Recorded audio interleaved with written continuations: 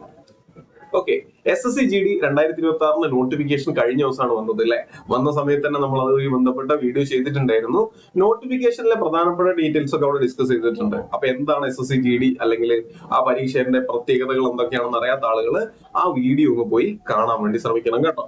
ഇനി നിങ്ങൾ പ്രധാനപ്പെട്ട ആംഡ് ഫോഴ്സസ് ആയിട്ടുള്ള CRPF, CASF, അതുപോലെ തന്നെ BSF, AR പോലുള്ള പോസ്റ്റുകളിലേക്ക് ജോയിൻ ചെയ്യാൻ ആഗ്രഹിക്കുന്നുണ്ടെങ്കിൽ നിങ്ങൾക്കുള്ള ഏറ്റവും നല്ല അവസരമാണ് ഈ ഒരു പരീക്ഷ എന്ന് പറയുന്നത്. അതുകൊണ്ട് തീർച്ചയായും എങ്ങനെയാണ് അപ്ലൈ ചെയ്യുന്നത് മനസ്സിലാക്കുക, അതിനുശേഷം വൃത്തിയായി പഠിച്ച് ഇത്തവണ ക്ലിയർ ചെയ്യാൻ വേണ്ടി ശ്രമിക്കുക. ഓക്കെ, ഞാൻ ഡീറ്റെയിൽ ആയിട്ട് തന്നെ പറഞ്ഞുതരാം എങ്ങനെയാണ് അപ്ലൈ ചെയ്യേണ്ടത് എന്നുള്ളത്. അപ്പോൾ അതിന് മുമ്പായിട്ട് നിങ്ങൾ പഠിച്ചു തുടങ്ങുന്ന ആൾക്കാരാണ്, നിങ്ങൾ പഠിച്ച് സ്റ്റാർട്ട് ചെയ്തൊരു ബേസ് നിങ്ങൾക്ക് ഇതുവരെ കിട്ടിയിട്ടില്ല എന്നുണ്ടെങ്കിൽ തീർച്ചയായിട്ടും ദിശ അക്കാദമിയോടൊപ്പം നിങ്ങൾക്ക് പഠിക്കാൻ അവസരമുണ്ട്. ഇനി നിങ്ങൾ കുറച്ചാളായി പഠിക്കുന്നുണ്ട്, പക്ഷെ ഒരു കോൺഫിഡൻസ് ഇല്ലെങ്കിലും നിങ്ങൾക്ക് ദിശ അക്കാദമിന്റെ ഒപ്പം എന്ത് ചെയ്യാം, പഠിക്കാം. അതിനുള്ള നമ്പേഴ്സ് ആണ് ഞാൻ ഇവിടെ കൊടുത്തിട്ടുള്ളത്. ഈ നമ്പർ നിങ്ങൾക്ക് കാണാൻ പറ്റുന്നുണ്ടെന്നാണ് വിചാരിക്കുന്നത്. ഈ താഴെ കാണുന്ന നമ്പറിൽ നിങ്ങൾക്ക് കോൺടാക്ട് ചെയ്യാവുന്നതാണ് കേട്ടോ. ഓൺലൈനായും കോഴ്സ് അവൈലബിൾ ആണ്. നിങ്ങൾക്ക് നേരിട്ട് വന്ന് പഠിക്കണമെങ്കിലും കോഴ്സ് അവൈലബിൾ ആണ്. ഇതിൽ ഏതെങ്കിലും ഒരു നമ്പറിൽ നിങ്ങൾ വിളിച്ചാൽ മതി, തീർച്ചയായിട്ടും നമ്മൾ റെസ്പോണ്ട് ചെയ്യുന്നതായിരിക്കും. ഓക്കെ, നിങ്ങൾ ഈ കണ്ടുകൊണ്ടിരിക്കുന്നതാണ് SSCന്റെ വെബ്സൈറ്റ്. SSC വെബ്സൈറ്റിൽ ആദ്യം തന്നെ രജിസ്റ്റർ ചെയ്തിട്ടുണ്ടാവുക എന്നുള്ളതാണ് ഒന്നാമത്തെ കാര്യം. 1 ടൈം രജിസ്ട്രേഷൻ എന്ന് പറയും. അപ്പോൾ ഇവിടെ നിങ്ങൾ ലോഗിൻ ഓർ രജിസ്റ്റർ എന്നൊരു ഓപ്ഷൻ കാണാൻ കഴിയും അല്ലെ. അവിടെ നിങ്ങൾക്ക് എന്ത് ചെയ്യാം, നിങ്ങൾ കാൻഡിഡേറ്റ് ഓൾറെഡി ലോഗിൻ ചെയ്ത ആളാണെങ്കിൽ നിങ്ങളുടെ കയ്യിൽ ഒരു രജിസ്ട്രേഷൻ നമ്പർ ഉണ്ടാവും. ആ നമ്പർ ഇവിടെ കൊടുക്കാൻ വേണ്ടി കഴിയും. ഓക്കെ, ഒരു രജിസ്ട്രേഷൻ നമ്പർ ഉണ്ടാവും, അത് ഇപ്പൊ ഞാൻ കൊടുത്ത പോലെ ഒരു നമ്പർ കൊടുക്കാം. പിന്നെ നിങ്ങൾ ഓൾറെഡി ഒരു പാസ്വേഡ് ഉണ്ടാവും, ആ പാസ്വേഡും കൂടെ കൊടുക്കാം. എന്നിട്ട് ഇവിടെ ഒരു ക്യാപ്ച എഴുതി വെച്ചിട്ടുണ്ട്, അത് അങ്ങനെ തന്നെ ഇപ്പൊ ഇവിടെ എന്താ ഉള്ളത്, S1R2 അതുകൂടെ കൊടുത്തു കഴിഞ്ഞ് ലോഗിൻ കൊടുക്കാവുന്നതാണ്. ഇനി പാസ്വേഡ് മറന്നു പോയിട്ടുണ്ടെന്നുണ്ടെങ്കിൽ ഫോർഗട്ട് പാസ്വേഡ് കൊടുത്ത് പാസ്വേഡ് മെയിലിൽ വരും, അത് കൊടുത്ത് നിങ്ങൾ ചെയ്യാം. ഇനി ഇതുവരെ രജിസ്റ്റർ ചെയ്തില്ലാത്ത ആളാണെങ്കിൽ എന്ത് ചെയ്യാം, നിങ്ങൾ രജിസ്റ്ററിനെ പോലെ രജിസ്റ്റർ ചെയ്യാം. 1 ടൈം രജിസ്ട്രേഷൻ ചെയ്യാം. അപ്പൊ ആദ്യമായിട്ട് ഇത് ചെയ്യുന്ന ആളുകൾ എന്ത് ചെയ്യണം, 1 ടൈം രജിസ്ട്രേഷൻ ചെയ്യണം. അപ്പൊ 1 ടൈം രജിസ്ട്രേഷൻ ഇങ്ങനെ ഒരു പോർട്ടലാണ് വരിക. അതിൽ ആദ്യം നമ്മൾ എന്ത് ചെയ്യണം, പേഴ്സണൽ ഡീറ്റെയിൽസ് കൊടുക്കണം. അപ്പൊ ഇതിൽ ഇവിടെ കണ്ടിന്യൂ കൊടുത്താൽ മതി. കണ്ടിന്യൂ കൊടുത്താൽ പേഴ്സണൽ ഡീറ്റെയിൽസ് കൊടുക്കാൻ വരും. അവിടെ നിങ്ങളെ പേര്, ഡീറ്റെയിൽസ്, കാര്യങ്ങളൊക്കെയാണ് കൊടുക്കേണ്ടത്. അത് കഴിഞ്ഞാൽ ഈ ഒരു വെബ്സൈറ്റിന് വേണ്ടി ഒരു പാസ്വേഡ് നിങ്ങൾ ഉണ്ടാക്കണം. പാസ്വേഡ് നമ്മൾ ഫേസ്ബുക്കിലൊക്കെ അക്കൗണ്ട് ഉണ്ടാക്കുന്ന പോലെ തന്നെയാണെന്ന് വിചാരിച്ചാൽ മതി. അതുപോലെ ബാക്കി ഡീറ്റെയിൽസ്, നമ്മൾ അഡ്രസ് കാര്യങ്ങളൊക്കെയാണ് മൂന്നാമത്തെ സ്റ്റെപ്പിൽ കൊടുക്കേണ്ടത്. അവസാനം നമ്മളൊരു ഡിക്ലറേഷൻ, ഒന്നുമില്ല, സബ്മിറ്റ് ചെയ്ത് കഴിഞ്ഞാൽ നമുക്ക് 1 ടൈം രജിസ്ട്രേഷൻ ആയി. അങ്ങനെ 1 ടൈം രജിസ്ട്രേഷൻ ചെയ്ത് കഴിഞ്ഞാൽ പിന്നെ നിങ്ങളെ പ്രൊഫൈലിലേക്ക് നിങ്ങൾക്ക് എത്താൻ വേണ്ടി കഴിയും. ആ പ്രൊഫൈലില് നിങ്ങൾക്ക് SSC-GD എന്ന് കാണാം. ഞാൻ കാണിച്ചു തരാം. ഇതാണ് 1 ടൈം രജിസ്ട്രേഷൻ ചെയ്യാനുള്ള ഒരു ഫോർമാറ്റ്. ആ 1 ടൈം രജിസ്ട്രേഷൻ ഞാനിപ്പോ കാണിച്ചു തന്നതുപോലെ നിങ്ങൾ ചെയ്ത് കഴിഞ്ഞാൽ അവിടെയാണ് കേട്ടോ ഈ പേഴ്സണൽ ഡീറ്റെയിൽസ് ഒക്കെ ചോദിക്കുന്നത്. അതൊന്നും ഞാൻ പറയുന്നില്ല, സിമ്പിൾ ആണ്. നിങ്ങൾക്ക് ഒരു ഫേസ്ബുക്ക് അക്കൗണ്ട് ഉണ്ടാക്കുന്നത് പോലെ ഉണ്ടാക്കാൻ വേണ്ടി പറ്റും. ഓക്കെ, ഇനി ഇതൊക്കെ ഈ ഒരു പ്രോസസ് ഒക്കെ അതിനു വേണ്ടിയാണ് പറയുന്നത്. അപ്ലൈ ചെയ്യുന്നത് എങ്ങനെയാണെന്നുള്ളത് പറഞ്ഞുതരാം. ഓക്കെ, അങ്ങനെ നിങ്ങൾ 1 ടൈം രജിസ്ട്രേഷൻ ചെയ്ത് കഴിഞ്ഞാൽ SSC-GD ഫോം ഫില്ല് ചെയ്യാൻ ഒരു ഓപ്ഷൻ ഉണ്ടാവും. നിങ്ങളെ പ്രൊഫൈലിൽ തന്നെ SSC-GD എന്നുള്ള ഒരു ഓപ്ഷൻ കാണാൻ വേണ്ടി കഴിയും. ഓക്കെ, ആ ഓപ്ഷനിൽ ഇങ്ങനെ നമ്മൾ സെലക്ട് ചെയ്യുമ്പോൾ തന്നെ ഇങ്ങനെ ഒരു പേജാണ്, നിങ്ങൾ ഇപ്പൊ കാണുന്ന പോലുള്ള ഒരു പേജാണ് വരിക. ഈ പേജിൽ എന്താ പറയുന്നത്, നോട്ടീസ് കൃത്യമായി വായിക്കണം. അതുകൊണ്ടാണ് ഞാൻ നിങ്ങളോട് പറഞ്ഞത് ആ നോട്ടീസിന്റെ വീഡിയോ കൃത്യമായി കണ്ടോളൂ. അതിൽ പറയുന്ന ഡീറ്റെയിൽസ് ഒക്കെ മനസ്സിലാക്കാൻ പറയുന്നുണ്ട്. പിന്നെ അപ്ലൈ ചെയ്യുന്ന സമയത്ത് കൃത്യമായി കാര്യങ്ങൾ കറക്റ്റ് ആയി കൊടുക്കണം, തെറ്റിച്ച് കൊടുക്കാൻ പാടില്ല എന്നൊക്കെ പറയുന്നുണ്ട്. അതുമായി ബന്ധപ്പെട്ട കുറച്ച് കാര്യങ്ങളാണ് പറഞ്ഞിട്ടുള്ളത് കേട്ടോ. ഓക്കെ, അങ്ങനെ അതൊക്കെ വായിച്ചു നോക്കിയതിനു ശേഷം നമ്മൾ എന്ത് ചെയ്യുക, ഇവിടെ ഫിൽ ദ ഫോം എന്നൊരു ഓപ്ഷൻ ഉണ്ടോ, അതിവിടെ ഫിൽ ദ ഫോം കൊടുക്കുക. അപ്പൊ നമ്മൾ അടുത്ത പേജിലേക്ക് പോകും. ആ പേജാണ് ഈ കാണുന്നത്. ഓക്കെ, നമ്മൾ വീണ്ടും 1 ടൈം രജിസ്ട്രേഷനിൽ നമ്മൾ ഇങ്ങനെ പേഴ്സണൽ ഡീറ്റെയിൽസ് കൊടുത്തില്ലേ, അത് നമ്മൾ വീണ്ടും കൊടുക്കണം. ഓക്കെ, ഞാൻ പറയുന്നത് 1 ടൈം രജിസ്ട്രേഷൻ ഓൾറെഡി ചെയ്ത് സ്വന്തമായി പാസ്വേഡ് ഉള്ള ആൾക്കാരൊക്കെ നേരെ ഇത് ചെയ്ത് തുടങ്ങിയാൽ മതി. ഇവിടെ നിങ്ങൾക്ക് പേഴ്സണൽ ഡീറ്റെയിൽസ് കാണാൻ കഴിയും. പേഴ്സണൽ ഡീറ്റെയിൽസ് എന്താ ഉള്ളത്, കാൻഡിഡേറ്റ്സ് നെയിം ഉണ്ട്, നിങ്ങളെ പേര് സ്പെല്ലിംഗ് ഒന്നും തെറ്റാതെ നിങ്ങളുടെ SSLC ബുക്കിലും ആധാർ കാർഡിലും ഒക്കെ ഉള്ള അതേ പേര് കൊടുക്കണം. ഇനി പഴയ പേര് മാറ്റമൊക്കെ ചെയ്തിട്ടുണ്ടെങ്കിൽ മാത്രം അതും കൂടെ ഒന്ന് ഉൾപ്പെടുത്തിക്കോണം കേട്ടോ. അതിന് ചോദിക്കുന്നുണ്ട്, ന്യൂ ഓർ ചേഞ്ച് നെയിം ചോദിക്കുന്നുണ്ട്. ഇനി മെട്രിക്, ഇവിടെ നിങ്ങളെ പേര് ചോദിക്കുന്നത് മെട്രിക്കുലേഷൻ സർട്ടിഫിക്കറ്റ് പ്രകാരമാണ്. അതായത് 10ാം ക്ലാസ് സർട്ടിഫിക്കറ്റിലുള്ള ഏത് പേരാണോ ആ പേര് തന്നെ വേണം ഇവിടെ കൊടുക്കാൻ. ഫാദേഴ്സ് നെയിം കൊടുക്കണം, മദേഴ്സ് നെയിം കൊടുക്കണം. ഇതെല്ലാം 10ാം ക്ലാസ്സിലുള്ള SSLC ബുക്ക് നോക്കി തന്നെ കൊടുത്തിട്ടുണ്ടാവണം കേട്ടോ. ഓക്കെ, ഇനി ഡേറ്റ് ഓഫ് ബർത്ത് ഇവിടെ നിങ്ങൾ എൻ്റർ ചെയ്യണം. അപ്പൊ ഇവിടെ എന്ത് ചെയ്യും, ഓട്ടോമാറ്റിക് ആയിട്ട് ഏജ് വരും. ഓക്കെ, നിങ്ങൾക്ക് കാണാൻ കഴിയുന്നുണ്ട്. ഞാൻ കുറച്ചൊന്ന് സൂം ചെയ്ത് കാണിച്ചു തരാം. ഇതാ, ഇവിടെ ഡേറ്റ് ഓഫ് ബർത്ത് കൊടുക്കണം. ഡേറ്റ് ഓഫ് ബർത്ത് കൊടുത്തു കഴിഞ്ഞാൽ ഇവിടെ ഏജ് ഓട്ടോമാറ്റിക്കലി വന്നോളും. ഇല്ലെങ്കിൽ നിങ്ങൾ ഏജ് എൻ്റർ ചെയ്ത് കൊടുക്കുക. ഓക്കെ, അത് കഴിഞ്ഞ് ജെൻഡർ ആണ് കൊടുക്കേണ്ടത്. അത് കഴിഞ്ഞ് കാറ്റഗറി ഏതാണെന്നുള്ളത്, നമ്മൾ OBC ആണോ, നമ്മൾ EWS ആണോ, ഏതാണ് കാറ്റഗറി എന്നുള്ളത് കൊടുക്കണം. പിന്നെ ഡിസബിലിറ്റി ഉള്ള ആളാണോ എന്നാണ് ഇവിടെ ചോദിക്കുന്നത്. നമുക്ക് ഡിസബിലിറ്റി ഒന്നും ഇല്ലെങ്കിൽ അത് മൈൻഡ് ചെയ്യണ്ട. അത് കഴിഞ്ഞ് നാഷണാലിറ്റി ചോദിക്കുന്നുണ്ട്. നാഷണാലിറ്റി ചോദിക്കുമ്പോൾ നമ്മൾ എന്ത് ചെയ്യണം, അവിടെ ഇന്ത്യ സെലക്ട് ചെയ്യണം. പിന്നെ ഐഡന്റിഫിക്കേഷൻ മാർക്ക്, ഐഡന്റിഫിക്കേഷൻ മാർക്കും നമ്മളെ 10ാം ക്ലാസ് SSLC ബുക്കിലുള്ള ആ ഐഡന്റിറ്റി മാർക്ക് കൊടുത്തോളാം, ഐഡന്റിഫിക്കേഷൻ മാർക്ക് കൊടുത്തോളാം. പിന്നെ ചോദിക്കുന്നത് മെട്രിക്കുലേഷൻ എക്സാമിനേഷൻ ബോർഡ്, ഏത് ബോർഡാണെന്ന്. നമ്മൾ കേരളത്തിലാണെങ്കിൽ ഒന്നെങ്കിൽ CBSE ആയിരിക്കും, അല്ലെങ്കിൽ നമ്മുടെ സ്റ്റേറ്റ് ബോർഡ് ആയിരിക്കും. അപ്പൊ അത് ഇവിടെ കൊടുക്കുക. അത് കഴിഞ്ഞാൽ ഏത് ഇയർ ആണ് 10ാം ക്ലാസ് പാസ്സായത്, 10ാം ക്ലാസ് പാസ്സായ ഇയറും കൂടെ അവിടെ കൊടുക്കണം. അത് കഴിഞ്ഞാൽ 10ാം ക്ലാസ്സിന്റെ റോൾ നമ്പർ, നമ്മൾ SSLC ബുക്കിലുള്ള റോൾ നമ്പർ ആണ് കേട്ടോ, റോൾ നമ്പറും കൂടെ കൊടുക്കണം. ഇനി പെർമനന്റ് അഡ്രസ് ഏതാന്ന് കൊടുക്കുക, സ്റ്റേറ്റ് കൊടുക്കുക, ഡിസ്ട്രിക്ട് കൊടുക്കുക, പിൻകോഡ്. പിന്നെ നിങ്ങളെ അഡ്രസ്സുകൾ കൊടുക്കുക എന്നുള്ളതാണ് അവിടുത്തെ ഏറ്റവും പ്രധാനപ്പെട്ട കാര്യം. ഓക്കെ, അത് കഴിഞ്ഞാൽ അപ്പൊ അഡ്രസ്സും കാര്യങ്ങളും കൊടുത്തു കഴിഞ്ഞാൽ അതിന്റെ കൂടെ തന്നെ ഇമെയിൽ IDയും ഫോൺ നമ്പറും കൂടെ നിങ്ങൾ എന്ത് ചെയ്യുക, കൊടുക്കുക. എന്നിട്ട് നെക്സ്റ്റ് കൊടുക്കുക. ഓക്കെ, അപ്പൊ ഇമെയിൽ ID ഫോൺ നമ്പർ കൊടുക്കുമ്പോൾ ഇമെയിൽ ID നിങ്ങളെ കയ്യിലുള്ള ഇമെയിൽ ID ആണെന്ന് ഓർക്കണം. ഫോൺ നമ്പറിൽ നിങ്ങൾക്ക് OTP വരും, മെസ്സേജ് വരും എന്നുള്ളതൊക്കെ റെഡി ആയിരിക്കണം കേട്ടോ. ഓക്കെ, അങ്ങനെ ആ ഒരു സ്റ്റെപ്പിൽ നെക്സ്റ്റ് കൊടുത്തു കഴിഞ്ഞാൽ അതായത് നമ്മൾ എന്ത് ചെയ്തിട്ടുണ്ട്, പേഴ്സണൽ ഡീറ്റെയിൽസ് ഫില്ല് ചെയ്ത് കഴിഞ്ഞു. ഇനി എഡ്യൂക്കേഷൻ ക്വാളിഫിക്കേഷൻസ് ആണ് ഫില്ല് ചെയ്യേണ്ടത്. എഡ്യൂക്കേഷൻ ക്വാളിഫിക്കേഷൻസിൽ എന്തൊക്കെയാണ് അവിടെ ചോദിക്കുന്നത്, നിങ്ങൾ ശ്രദ്ധിച്ച് നോക്കിയാൽ മനസ്സിലാവും. ഹയസ്റ്റ് എഡ്യൂക്കേഷണൽ ക്വാളിഫിക്കേഷൻ ചോദിക്കുന്നുണ്ട്. എന്താ ഹയസ്റ്റ്? നിങ്ങളുടെ ഏറ്റവും വലിയ ക്വാളിഫിക്കേഷൻ. നിങ്ങൾക്ക് ചിലപ്പോൾ ഡിഗ്രി ഉണ്ടാവുക, ചിലപ്പോൾ നിങ്ങൾക്ക് PG ഉണ്ടാവും, ചിലപ്പോൾ നിങ്ങൾക്ക് +2 ഉണ്ടാവും, ചിലപ്പോൾ നിങ്ങൾ 10 ആയിരിക്കും. ഏതാണോ നിങ്ങൾ മാക്സിമം പോയി പാസ് ആയിട്ടുള്ളത് ആ അതാണ് ഇവിടെ കൊടുക്കുന്നത്. സെലക്ട് എന്നുള്ളത് നിങ്ങൾ ക്ലിക്ക് ചെയ്ത് കഴിഞ്ഞാൽ ഇങ്ങനെ ഡ്രോപ്പ് ഡൗൺ ചെയ്ത് വരും, അതിൽ നിന്ന് നിങ്ങൾക്ക് സെലക്ട് ചെയ്യാം. അത് കഴിഞ്ഞാൽ അടുത്ത സ്റ്റെപ്പ് എന്താ, 20ാമത്തെ ബോക്സിൽ എന്താ വെച്ചത്, details of the qualifying educational qualification. അതായത് ഈ പരീക്ഷ 10ാം ക്ലാസ് യോഗ്യതയുള്ള ഒരു പരീക്ഷയാണ്. അപ്പൊ ഇതിന് നിങ്ങൾ എന്താ കൊടുക്കേണ്ടത്, നിങ്ങളെ 10ാം ക്ലാസ് യോഗ്യതയുള്ള കാര്യങ്ങളാണ് കൊടുക്കേണ്ടത്. അപ്പോൾ ക്വാളിഫയിങ് എഡ്യൂക്കേഷൻ ഏതാ, 10th സ്റ്റാൻഡേർഡ്. ഇനി അത് പാസ്ഡ് ആണോ, അത് പാസ്ഡ് ആണെങ്കിൽ നമുക്ക് എഴുതാൻ കഴിയുള്ളൂ. അപ്പൊ പാസ്ഡ് കൊടുക്കണം. ഇയർ ഓഫ് പാസിംഗ് ഏതാന്ന് വെച്ചാൽ അത് ഇവിടെ ഒന്നുകൂടെ കൊടുക്കണം. ഇനി ഏത് സ്റ്റേറ്റ് ആണ്, നമ്മൾ കേരളയാണ്, ആ ബോർഡിന്റെ പേരെന്താണ്, കേരള സ്റ്റേറ്റ് ഹയർ സെക്കൻഡറി ബോർഡാണ്, അത് നമ്മൾ കൊടുത്തു. പിന്നെ ആരാളുള്ളത്, റോൾ നമ്പർ, ആ റോൾ നമ്പർ നമ്മൾ കൊടുക്കണം. ഓക്കെ, ഇനി അവിടെ നിങ്ങൾ ഓർക്കേണ്ടത് പെർസെന്റേജ് ചോദിക്കും. അപ്പൊ നമ്മളെ SSLC ആണെങ്കിൽ, നമ്മൾ കേരള സ്റ്റേറ്റ് ആണെങ്കിൽ പെർസെന്റേജ് എങ്ങനെയാ നോക്കുക, നിങ്ങൾ ജസ്റ്റ് ഒന്ന് ഗൂഗിളിൽ സെർച്ച് ചെയ്ത് നോക്കുക. എനിക്ക് 5A+, 4Aയും 1B ഉണ്ട്, എന്റെ പെർസെന്റേജ് എത്രയാണെന്നുള്ളത് ഗൂഗിൾ സെർച്ച് ചെയ്താൽ മതി. ഗൂഗിൾ എന്ന് പറഞ്ഞിരുന്നു, നമ്മൾ ബുദ്ധിമുട്ടേണ്ട കാര്യമൊന്നുമില്ല. ഓക്കെ, കേരള സ്റ്റേറ്റ് ബോർഡും കൂടെ ആണെന്ന് പറഞ്ഞേക്കണം കേട്ടോ. ഇനി CBSE ആണെങ്കിലും അങ്ങനെ തന്നെ പറയാ. അവിടെ നിങ്ങൾ പെർസെന്റേജ് ചോദിക്കുക, ആ പെർസെന്റേജ് കൊടുക്കുക. പെർസെന്റേജ് കൊടുത്തു കഴിഞ്ഞാൽ എന്ത് ചെയ്യുക, സേവ് ആൻഡ് നെക്സ്റ്റ് കൊടുക്കുക. ഇനി എന്തെങ്കിലും സംശയങ്ങൾ ഉണ്ടെങ്കിൽ നമ്മൾ ഒന്നുകൂടെ നോക്കി എഡിറ്റ് ചെയ്തിട്ട് വേണം കൊടുക്കാൻ. ഇപ്പൊ സേവ് ആൻഡ് നെക്സ്റ്റ്, വേറെ നോക്കണ്ട കേട്ടോ. Candidates who do not have their percentage mention, അതൊന്നും നോക്കണ്ട. നിങ്ങൾ എന്ത് ചെയ്യുക, സേവ് ആൻഡ് നെക്സ്റ്റ് കൊടുത്താൽ മതി. ഇനി അടുത്ത ഒരു പേജിലേക്ക് പോയി കഴിഞ്ഞാൽ ആ സേവ് ആൻഡ് നെക്സ്റ്റ് കൊടുത്തു കഴിഞ്ഞാൽ പിന്നെ അഡീഷണൽ ഇൻഫർമേഷൻസ് ആ ഫില്ല് ചെയ്യേണ്ടത്. നിങ്ങൾ ഇടത്തെ സൈഡിൽ നിങ്ങൾക്ക് കാണാൻ പറ്റുന്നില്ല, ഇങ്ങനെ മുന്നോട്ട് പോയിക്കൊണ്ടിരിക്കും. അഡീഷണൽ ഇൻഫർമേഷനിൽ നിങ്ങൾ എക്സ് സർവീസ്മെൻ ആണോ എന്ന് ചോദിക്കുന്നുണ്ട്. നോ ആണെങ്കിൽ നോ കൊടുക്കണം. അപ്പൊ പിന്നെ ഇതൊന്നും നമ്മൾ കൊടുക്കണ്ട. നോ ആണെങ്കിൽ പിന്നെ ഡേറ്റ് ഓഫ് ജോയിനിങ് ആർമി ഒന്നും നമ്മൾ കൊടുക്കേണ്ട കാര്യമില്ല. ഓക്കെ, അതൊന്നും നമുക്ക് വേണ്ടാത്തതാണ്. പിന്നെ സർവീസും വേണ്ട. ഓക്കെ, സിവിൽ പോസ്റ്റ് ഇല്ല. ഏജ് റിലാക്സേഷൻ ഉണ്ടോ ഇല്ലയോ? ഇപ്പൊ നിങ്ങൾ ചിലർ 23 വയസ്സിൽ താഴെയുള്ള ആൾക്കാരായിരിക്കും അല്ലെ. ജനറൽ ആണെങ്കിൽ, OBC ആണെങ്കിൽ, SC/ST ആണെങ്കിലും ഒക്കെ 23-ൽ താഴെയുള്ള ആൾക്കാരാണെങ്കിൽ നിങ്ങൾ ഏജ് റിലാക്സേഷൻ സീക്ക് ചെയ്യുന്നില്ല, നോ കൊടുക്കണം. ഇനി നിങ്ങൾ OBC ആണ്, 24 വയസ്സായി, അപ്പൊ നിങ്ങൾക്ക് ഏജ് റിലാക്സേഷൻ ഉണ്ടെങ്കിലല്ലേ എക്സാം എഴുതാൻ വേണ്ടി കഴിയുള്ളൂ. അപ്പൊ നിങ്ങൾ എന്ത് ചെയ്യുക, യെസ് കൊടുക്കുക. അപ്പൊ ഇവിടെ ഏജ് റിലാക്സേഷൻ കോഡ് ചോദിക്കും. ഇത് സെലക്ട് ചെയ്ത് കഴിഞ്ഞാൽ അവിടെ കുറച്ച് കോഡ് വരും. അതിൽ നിങ്ങൾ OBC ആണ്, എനിക്ക് OBC ഏജ് റിലാക്സേഷൻ ആണ് വേണ്ടതെന്നുണ്ടെങ്കിൽ അതിന്റെ കോഡ് വേണം സെലക്ട് ചെയ്യാൻ. അത് നിങ്ങൾ ഡ്രോപ്പ് ഡൗൺ ചെയ്യുമ്പോൾ നിങ്ങൾക്ക് മനസ്സിലാവും. ഓക്കെ, ഞാൻ SC/ST ആണ്, അപ്പൊ എനിക്ക് SC/STന്റെ ഏജ് റിലാക്സേഷൻ ആണ് വേണ്ടത്.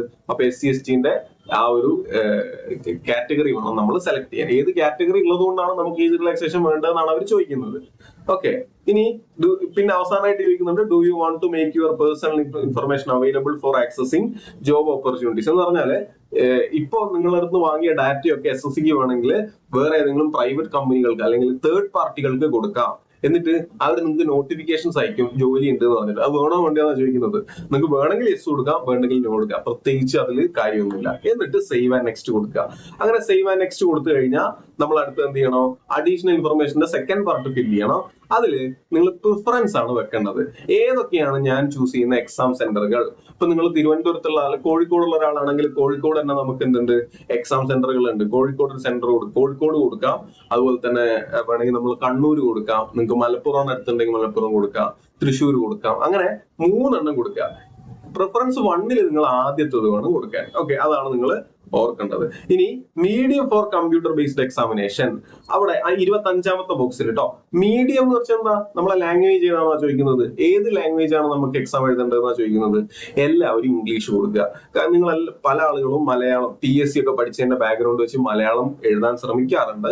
മലയാളത്തിന്റെ ഒരു പ്രശ്നം, നമ്മള് ഇവിടെയുള്ള കുട്ടികളോടും നമ്മളെ കൂടെ പഠിക്കുന്ന കുട്ടികളോടൊക്കെ പറയുന്ന കാര്യമാണ്, നിങ്ങൾ പഠിക്കുന്ന സമയത്ത് ഇംഗ്ലീഷിൽ പഠിക്കാൻ ശ്രമിക്കുക. അത് ബുദ്ധിമുട്ടുള്ള കാര്യമല്ല, നമ്മളത് ശ്രമിക്കാത്തതുകൊണ്ടാണ് നിങ്ങൾക്ക് അത് ടെൻഷൻ ഫീൽ ചെയ്യുന്നതിനെ കൊണ്ട് പറ്റുമോ എന്നുള്ള ഡൗട്ട് വരുന്നത്. അപ്പൊ അത് ചെയ്യുക, ആ ഒരു റിസ്ക് നിങ്ങൾ എടുക്കണം. കാരണം മോക്ക് ടെസ്റ്റുകൾ മുഴുവനായിട്ടും എങ്ങനെയാണ് വരുന്നത്, ഇംഗ്ലീഷിലാണ്. മലയാളത്തിലെ മോക്ക് ടെസ്റ്റുകൾ എഫക്റ്റീവ് അല്ല എന്നുള്ളത് ഒരു യാഥാർത്ഥ്യമാണ്. പ്രീവിയസ് ഇയർ ക്വസ്റ്റ്യൻസ് മലയാളത്തിൽ ഒരുപാട് കിട്ടില്ല എന്നുള്ളതും ഒരു പ്രശ്നമാണ്. അപ്പൊ ഇത്രയും പ്രശ്നങ്ങൾ നമ്മൾ മുന്നിലുണ്ട്.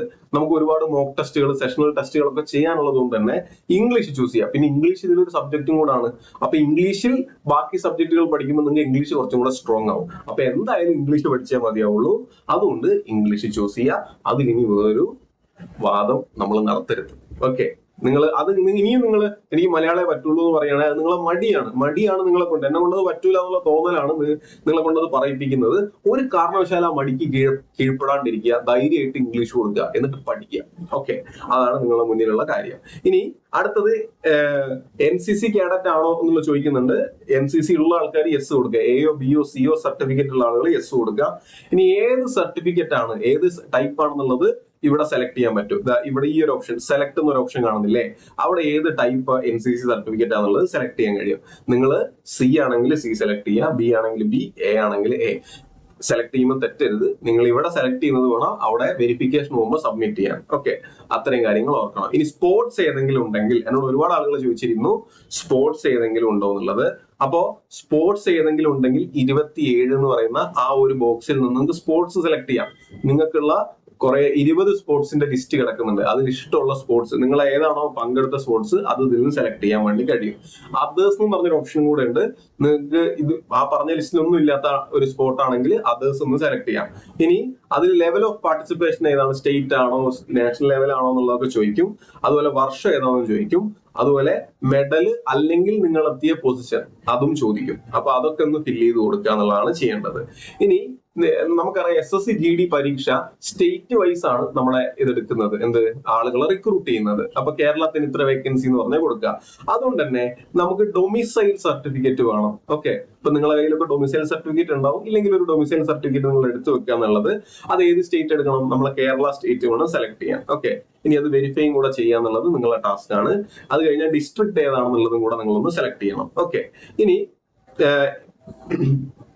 നിങ്ങൾ മൈഗ്രേറ്റ് ചെയ്തിട്ടുണ്ടോ എന്നാ ചോദിക്കുന്നത്. നമ്മൾ മൈഗ്രേറ്റ് ചെയ്തിട്ടില്ലല്ലോ, നമ്മൾ ഇവിടെ തന്നെയുള്ള ആൾക്കാരല്ലേ. അപ്പൊ എന്ത് ചെയ്യാ, നോ എന്നുള്ളത് കൊടുത്തോളാം. ഓക്കെ, യെസ്, നിങ്ങൾ മൈഗ്രേറ്റ് ചെയ്തിട്ടുണ്ടെങ്കിൽ എന്ത് ചെയ്യണം, നമുക്ക് വേറൊരു ഒറിജിൻ ഉണ്ടാവും അല്ലെ.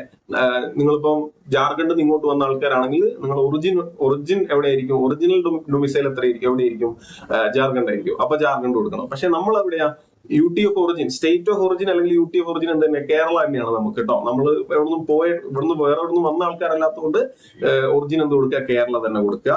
ഡിസ്ട്രിക്ട് ഓഫ് ഒറിജിൻ, നിങ്ങൾ ഇപ്പൊ താമസിക്കുന്ന എവിടെയാണോ അവിടെ തന്നെയാണ് ജനിച്ചതെന്നുണ്ടെങ്കിൽ അത് തന്നെ കൊടുക്കുക. ഇനി മുമ്പ് വേറെ എവിടെയെങ്കിലും ജനിച്ചിട്ട് താമസം മാറിയതാണെങ്കിൽ ആ ഡിസ്ട്രിക്ട്, നിങ്ങൾ ജനിച്ച ഡിസ്ട്രിക്ട് വേണം സെലക്ട്. ജനിച്ചതാണ് നിങ്ങൾ ജനിച്ച് വീണ് താമസിച്ച ഒരു ഡിസ്ട്രിക്ട് ഉണ്ടല്ലോ, ആ ഒരു ഡിസ്ട്രിക്ട് ആണ് കൊടുക്കേണ്ടത്. ഓക്കെ, ഇനി നക്സൽ ഏരിയയിൽ ഉള്ള ആളാണോ എന്ന് ചോദിച്ചാൽ നിങ്ങൾ എല്ലാവരും അല്ലാതെ കൊടുക്കേണ്ടത്. കാരണം ഇത്തവണ കേരളത്തിന് എന്തില്ല, നക്സൽ ഏരിയ ഇല്ല. അതുകൊണ്ട് നോ വേണം കൊടുക്കാൻ. ബോർഡർ ഡിസ്ട്രിക്ട് ആണോ, അല്ല, അവിടെ നിങ്ങൾ എന്ത് ചെയ്യണം, നോ കൊടുക്കണം. ഇനി preference of post for CASF, അതായത് പ്രിഫറൻസ് എന്താണ് എന്ന് പറഞ്ഞിട്ട് നിങ്ങൾക്ക് പ്രിഫറൻസ് ഉണ്ടല്ലോ, നമുക്ക് ഇഷ്ടമുള്ള കുറച്ച് പോസ്റ്റുകൾ ഉണ്ടല്ലോ, അതിൽ പ്രിഫറൻസ് ഓർഡറിലാണ് നമ്മൾ കൊടുക്കേണ്ടത്. അപ്പോ നിങ്ങൾ ആദ്യം തീരുമാനിക്കണം ഏതാണ് എനിക്ക് വേണ്ട ഫോഴ്സ്. ഏറ്റവും എനിക്ക് ഇഷ്ടമുള്ള പോസ്റ്റിന് ഏറ്റവും ആദ്യത്തെ ബോക്സിൽ കൊടുക്കണം, രണ്ടാമത്തെ പോസ്റ്റ് രണ്ടാമത്തെ ബോക്സിൽ കൊടുക്കണം, മൂന്നാമത്തെ പോസ്റ്റ് മൂന്നാമത്തെ ബോക്സിൽ കൊടുക്കണം. അങ്ങനെ നിങ്ങൾക്ക് ഇഷ്ടമുള്ളതൊക്കെ ആ ഒരു ഓർഡറിൽ തന്നെ കൊടുക്കാൻ വേണ്ടി ശ്രമിക്കുക. എന്നിട്ട് അത് തന്നെ താഴെ എഴുതുക. അതൊരു വെരിഫിക്കേഷന് വേണ്ടിയിട്ട് അവർ ചോദിക്കുന്നതാണ്, അത് തന്നെ താഴെ എഴുതുക. അപ്പൊ ഇത്രയും കാര്യങ്ങൾ നിങ്ങൾ ചെയ്യണം. ഈ ഒരു പ്രിഫറൻസ് ഓർഡറിനെ സംബന്ധിച്ച് ഞാനൊരു ഷോർട്ട് വീഡിയോ വേറെ തന്നെ ചെയ്തു തരാം. ഓക്കെ, അതിൽ പ്രോപ്പർ ആയിട്ട് എന്തിന്റെയൊക്കെ ഗുണങ്ങൾ എന്തൊക്കെയാണ് ദോഷങ്ങൾ എന്തൊക്കെയാണെന്ന് പറഞ്ഞിട്ട് ഒരു വീഡിയോ കൂടെ ചെയ്യാം. അപ്പൊ അതിന് നിങ്ങൾ വെയിറ്റ് ചെയ്യുക. ഓക്കെ, അപ്പൊ പ്രിഫറൻസ് ഓർഡർ എന്താന്നുള്ളത് മനസ്സിലാക്കി വെക്കുക. ഇനി അതും കൂടെ കഴിഞ്ഞ് സേവ് ആൻഡ് നെക്സ്റ്റ് കൊടുത്തു കഴിഞ്ഞാൽ നമ്മൾ നേരെ അടുത്തൊരു സെക്ഷനിലേക്കാ പോവുക. അവിടെ നമ്മളെ ഫോട്ടോ അതുപോലെ തന്നെ നമ്മളെ സിഗ്നേച്ചർ അപ്ലോഡ് ചെയ്യണം. ഫോട്ടോ അപ്ലോഡ് ചെയ്യുമ്പോൾ നിങ്ങൾ ശ്രദ്ധിക്കേണ്ട കാര്യം, നിങ്ങൾ ആധാർ കാർഡിലുള്ള ഫോട്ടോയും ഈ ഫോട്ടോയും കൂടെ സിങ്ക് ആവണം. ഓക്കെ, അപ്പോ നിങ്ങൾ എന്ത് ചെയ്യാ, ഈ ഒരു ഇവിടെ ഒരു QR കോഡ് കാണുന്നില്ലേ, ഈ QR കോഡ് നിങ്ങൾ ഫോണിൽ സ്കാൻ ചെയ്ത് കഴിഞ്ഞാൽ നിങ്ങൾക്ക് ഒരു ആപ്പ് കിട്ടും. ഇല്ലെങ്കിൽ പ്ലേ സ്റ്റോറിൽ പോയിട്ട് മൈ SSC ആപ്പ് എന്ന് സെർച്ച് ചെയ്താൽ മതി. അപ്പൊ മൈ SSC ആപ്പ് കിട്ടും. ഈ മൈ SSC ആപ്പ് ഓപ്പൺ ചെയ്തിട്ട് നമ്മൾ എന്ത് ചെയ്യുക, ഒരു വൈറ്റ് ബാക്ക്ഗ്രൗണ്ട്, ഓക്കെ, നമ്മളെ ബാക്കിൽ എന്താ ഉണ്ടാവുന്നത്, വൈറ്റ് ബാക്ക്ഗ്രൗണ്ട് ഉണ്ടാവണം. എന്നിട്ട് നമ്മൾ ഒരു കൈ കൊണ്ട് മാത്രം, മറ്റേ കൈ താത്തിയിട്ട് ഒരു കൈ കൊണ്ട് ഇങ്ങനെ ഒരു സെൽഫി എടുക്കുക. സെൽഫി എടുക്കുക എന്ന് പറയുമ്പോൾ നിങ്ങൾ ഇതിലേക്ക് നോക്കിയിട്ട് ഒന്ന് കണ്ണടച്ച് തുറന്നാൽ മതി, നമ്മൾ മൂവ് ചെയ്താൽ മതി. നമ്മുടെ ഇത് വേറെ ഉടായ്പ സാധനമല്ല, ശരിക്കും ഒരാൾ തന്നെയാണ് നിൽക്കുന്നത് മനസ്സിലാൻ വേണ്ടിയിട്ട് നമുക്കൊരു മൂവ്മെന്റ് വേണം. അപ്പൊ കണ്ണിങ്ങനെ ഒന്ന് ചിമ്മി കൊടുത്താൽ ഫോട്ടോ ക്ലിക്ക് ആയിക്കോളും. അങ്ങനെ ഫോട്ടോ ക്ലിക്ക് ആയിട്ട് അതും നമ്മുടെ ആധാറിലെ ഫോട്ടോയും കൂടെ ഈ ഒരു സിങ്ക് മീൻസ് അത് രണ്ടും ഇവരെന്തെങ്കിലും കൺഫേം ചെയ്യാനുണ്ട്. അങ്ങനെ ഒരു കൺഫർമേഷൻ ആയി കഴിഞ്ഞാൽ നിങ്ങൾ ഫോട്ടോ അപ്ലോഡ് ആവും. അതിൽ തന്നെ കാണിക്കും ഈ ഫോട്ടോ ഓക്കെ ആണെങ്കിൽ നിങ്ങൾ എന്ത് ചെയ്തോളാ, അപ്ലോഡ് ചെയ്തോളാം. ഓക്കെ, ഇനി അവിടെ കൃത്യമായി പറയുന്നുണ്ട് login to mobile application my SSC. എന്നിട്ട് അതിൽ ഗോ ടു ഡാഷ്ബോർഡ്, അതിൽ നിങ്ങൾ കയറുകയാണെങ്കിൽ എന്താ ചെയ്യേണ്ടത്, ഇപ്പൊ മൈ SSC എന്ന് പറഞ്ഞൊരു ആപ്പ് ഉണ്ട്. ഓക്കെ, ആ ആപ്പിൽ നിങ്ങൾ കയറി കഴിഞ്ഞാൽ ആദ്യം എന്ത് ചെയ്യണം, ഡാഷ്ബോർഡിലേക്ക് പോവുക. അതിൽ ഡാഷ്ബോർഡ് ഉണ്ട്, അതിൽ തന്നെ എന്തുണ്ട്, മൈ ആപ്ലിക്കേഷൻസ് എടുക്കുമ്പോൾ നിങ്ങൾ ഇത്ര നേരം GD ആപ്ലിക്കേഷൻ ചെയ്തുകൊണ്ടിരിക്കുകയല്ലായിരുന്നോ, ആ ചെയ്തുകൊണ്ടിരിക്കുന്ന ആപ്ലിക്കേഷൻ അവിടെ കാണാൻ വേണ്ടി കഴിയും. ഓക്കെ, അതിൽ എന്ത് ചെയ്യുക, നിങ്ങൾ അടുത്ത ഫോട്ടോ ക്യാപ്ചർ ചെയ്യാൻ ഒരു ഓപ്ഷൻ അവിടെ ഉണ്ടാവും. അതിൽ ഫോട്ടോ ക്യാപ്ചർ കൊടുക്കുക, എന്നിട്ട് ഞാൻ പറഞ്ഞ ഫോട്ടോ എടുക്കുക, സബ്മിറ്റ് ചെയ്യുക. ഇതാണ് നിങ്ങൾ ചെയ്യേണ്ടത്. ഓക്കെ, ഈ ഒരു സാധനം ചെയ്യുന്ന സമയത്ത്, നിങ്ങൾ ഫോണിൽ ചെയ്യുന്ന സമയത്ത് അവിടെ ആധാർ വെരിഫിക്കേഷൻ നടക്കും. ആധാർ വെരിഫിക്കേഷൻ സക്സസ്ഫുൾ ആവണം. അത് നിങ്ങളെ ആധാർക്ക് അപ്ഡേറ്റഡ് ആണെങ്കിൽ ഓട്ടോമാറ്റിക്കായി സക്സസ്ഫുൾ ആയിരിക്കും. ഇപ്പൊ നമ്മളൊരു സ്റ്റുഡന്റ്, അയാൾ 10ാം ക്ലാസ്സിൽ എന്തോ ആണ് ആധാർ ഫോട്ടോ മാറ്റിയിരുന്നത്, പിന്നീട് മാറ്റിയിട്ടില്ല. 10ാം ക്ലാസ്സിലെ ഫോട്ടോ ആയിരുന്നു. അതുകൊണ്ട് ഇപ്പൊ അതിനുശേഷം താടിയും മീശയൊക്കെ വന്നിട്ട് ആധാർ വെരിഫിക്കേഷൻ മീൻസ് ഫോട്ടോ എടുത്ത സമയത്ത് ആധാറിലുള്ള ഫോട്ടോയും ഈ ഫോട്ടോയും തമ്മിൽ ഭയങ്കര വ്യത്യാസം. ഒന്ന് ചെറിയൊരു കുട്ടിയും ഒന്ന് വലിയൊരാളും. അപ്പൊ അങ്ങനെ ക്രോസ് മാച്ച് ചെയ്യാൻ പറ്റാതെ വരുന്ന സമയത്ത് എന്ത് ചെയ്യും, അത് റിജക്ട് ആവും. അങ്ങനെ നിങ്ങൾക്ക് ഒരു പ്രശ്നം ഉണ്ടായി കഴിഞ്ഞാൽ അറ്റ് ദ മൊമെന്റ് നിങ്ങൾ ചെയ്യേണ്ട കാര്യം എന്താ, ആധാറിലെ ഡാറ്റ മാറ്റുക എന്നുള്ളതാണ്. പെട്ടെന്ന് തന്നെ പോയിട്ട് ഫോട്ടോ അപ്ഡേറ്റ് ചെയ്യുക എന്നുള്ളതാണ്. 1-2 പ്രാവശ്യം ശ്രമിക്കുക, പറ്റിയില്ലെങ്കിൽ ആധാർ അപ്ഡേറ്റ് ചെയ്യണം. പക്ഷെ ഇവിടെ ഒരു പ്രശ്നം, ആധാർ അപ്ഡേറ്റ് ചെയ്യാൻ മിനിമം ഒരു 10-25 ദിവസം എടുക്കും. ഓക്കെ, അപ്പൊ അതുകൊണ്ട് തന്നെ പെട്ടെന്ന് അത് ചെയ്തിട്ടുണ്ടാവണം. ആധാർ അപ്ഡേഷൻ ചെയ്യാത്ത ആൾക്കാരാണെങ്കിൽ ഒന്ന് ശ്രദ്ധിച്ചോളാം. ചെയ്തിട്ട് പറ്റുന്നില്ലെങ്കിൽ ഒന്ന് കമന്റിൽ പറയാ, ഞാൻ 1-2 സൊല്യൂഷൻസ് പറഞ്ഞുതരാം. അതൊന്നും പറ്റാണ്ടായി കഴിഞ്ഞാൽ എന്ത് ചെയ്യുക, ഓടിപ്പോയി ആധാർ അപ്ഡേറ്റ് ചെയ്തോളാം. അതാണ് നിങ്ങൾ ചെയ്യേണ്ടത്. ഓക്കെ, ഇനി ഫോട്ടോന്റെ കേസിൽ അത്ര ഇങ്ങനെ ഉണ്ടാവും കേട്ടോ. ഇത് നമ്മളെ ആ ഒരു ആപ്പിൽ കാണാൻ പറ്റും, ക്യാപ്ചർ ലൈവ് ഫോട്ടോ ആപ്പിൽ ഇങ്ങനെ കാണാൻ പറ്റും. അത് കൊടുത്താൽ മതി. അത് കഴിഞ്ഞ് സിഗ്നേച്ചർ അപ്ലോഡ് ചെയ്യണം. ഓക്കെ, ഞാൻ ഫോട്ടോന്റെ 1-2 സാമ്പിൾസ് കാണിച്ചു തരാമേ, അതൊന്നും നിങ്ങൾ കണ്ടു നോക്ക്. ഓക്കെ, ഈ കാണുന്ന ഇത് SSC തന്നെ കാണിച്ചു തന്നിരിക്കുന്ന ഒരു എക്സാമ്പിൾ ആണ്. ഈ കാണുന്ന രീതിയിലാണ് നിങ്ങൾ എന്ത് ചെയ്യേണ്ടത്, ഒരു ലൈറ്റ് ആയിട്ടുള്ള വൈറ്റ് ബാക്ക്ഗ്രൗണ്ട് ആണ് ഏറ്റവും നല്ലത്. അതുപോലെ തന്നെ ഒരു നോർമൽ ഷർട്ടൊക്കെ ഇട്ടിട്ട്, ഷർട്ടൊന്നും ഇടാതെ മറ്റേ ഇങ്ങനെയുള്ള ബനിയനൊക്കെ ഇട്ടിട്ടൊന്നും ആരും എന്ത് ചെയ്ത് ഫോട്ടോ എടുക്കരുത്. എടുത്താൽ കുഴപ്പമൊന്നുമില്ല, റിജക്ട് ആവുന്ന പ്രശ്നമൊന്നുമില്ല. പക്ഷെ നിങ്ങൾ അങ്ങനെ ചെയ്യാണ്ടിരിക്കുക, ഒരു റിസ്ക് എടുക്കാണ്ടിരിക്കുക. ഒരു ഷർട്ട്, നോർമൽ ഒരു ഷർട്ടൊക്കെ ഇട്ടിട്ട് ഒരു വൈറ്റ് ബാക്ക്ഗ്രൗണ്ടിന്റെ മുന്നിൽ നിന്നിട്ട് 2 ഷോൾഡറിന്റെ ഈ ഒരു അറ്റം ഏതാണ്ട് വിസിബിൾ ആവുന്ന രീതിയിൽ എന്ത് ചെയ്യുക, ഒരു ഫോട്ടോ എടുക്കുക. ജസ്റ്റ് ഒന്ന് കണ്ണിന് തുറന്നാൽ മതി. അതെങ്ങനെയാവാൻ പാടില്ല, താഴെ കണ്ടോ ബാക്ക്ഗ്രൗണ്ട് ഇങ്ങനത്തെ സാധനങ്ങൾ ഉണ്ടാവരുത്, താഴെ നിന്നാവരുത്, സൈഡ് ആവരുത്, ഇരുട്ട് മുറി ആവരുത്, അത്യാവശ്യം വെളിച്ചം ഉണ്ടാവണം. അതുപോലെ തന്നെ ഈ രീതിയിൽ സെൽഫി എടുക്കുന്ന പോലെ ഒന്നും ആവരുത്, കണ്ണട വെച്ചിട്ടുണ്ടാകാൻ പാടില്ല, തൊപ്പി വെച്ചിട്ടുണ്ടാകാൻ പാടില്ല. ഇങ്ങനത്തെ കാര്യങ്ങളൊക്കെ ഒഴിവാക്കുക. അതാണ് ഫോട്ടോ എടുക്കുമ്പോൾ ശ്രദ്ധിക്കേണ്ടത്.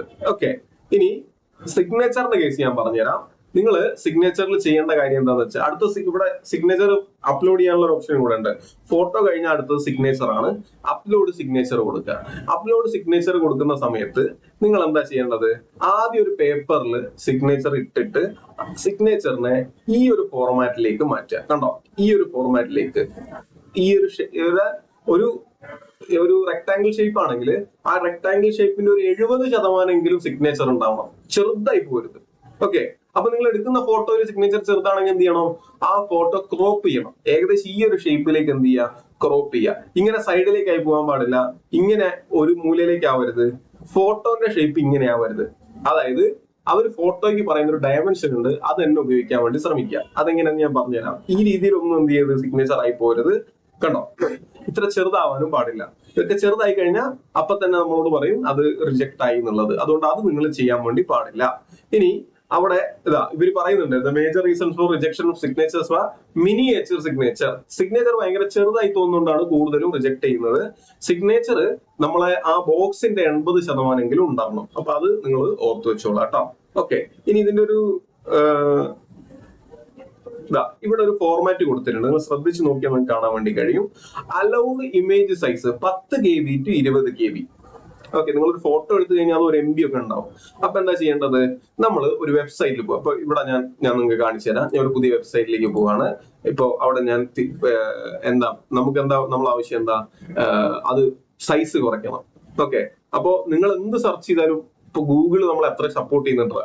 നമുക്കിപ്പോ ഇതൊന്നും ചെയ്ത് പരിചയമില്ലെങ്കിൽ നിങ്ങൾക്ക് ഈസി ആയിട്ട് ഇത് മാനേജ് ചെയ്യാൻ പറ്റും. ഇപ്പൊ നമ്മൾ പറയാണ് കംപ്രസ് ഇമേജ്.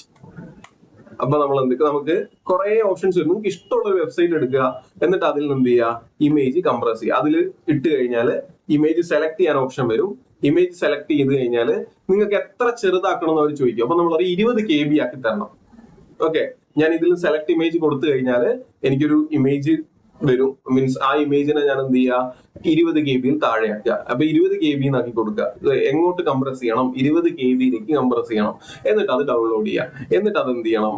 ഇവിടെ നമ്മുടെ ഈ ഒരു സ്പേസിൽ അപ്ലോഡ് ചെയ്യണം. ഇനി അതിന്റെ ഡയമെൻഷൻസ് എന്താ പറയുന്നത്? 6 സെന്റിമീറ്റർ വിഡ്ത്തും 2 സെന്റിമീറ്റർ ഹൈറ്റും ആയിരിക്കണം. റെസൊല്യൂഷൻ 300 DPI ആയിരിക്കണം. അപ്പൊ ഇവിടെ നമുക്ക് ഈ ഞാൻ കംപ്രസ് ചെയ്തില്ലേ? കംപ്രസ് ചെയ്ത പോലെ തന്നെ റെസൊല്യൂഷൻ മാറ്റാൻ കഴിയും. Change resolution of an image. നിങ്ങൾ ചുമ്മാ സെർച്ച് ചെയ്താൽ മതി. Change resolution of image. കണ്ടോ? സെർച്ച് ചെയ്യുമ്പോൾ തന്നെ വന്നു. അപ്പൊ അതില് ഇവിടെ തന്നെ ഉണ്ടായിരുന്നു കേട്ടോ.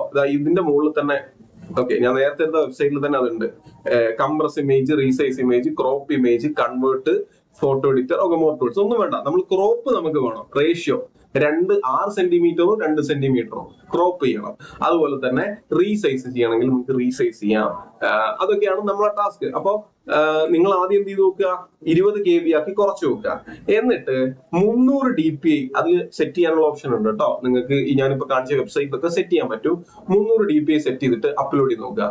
അപ്ലോഡ് ചെയ്യുമ്പോൾ റിജക്ട് ആവുകയാണെങ്കിൽ അപ്ലോഡ് ചെയ്യാൻ പറ്റൂല.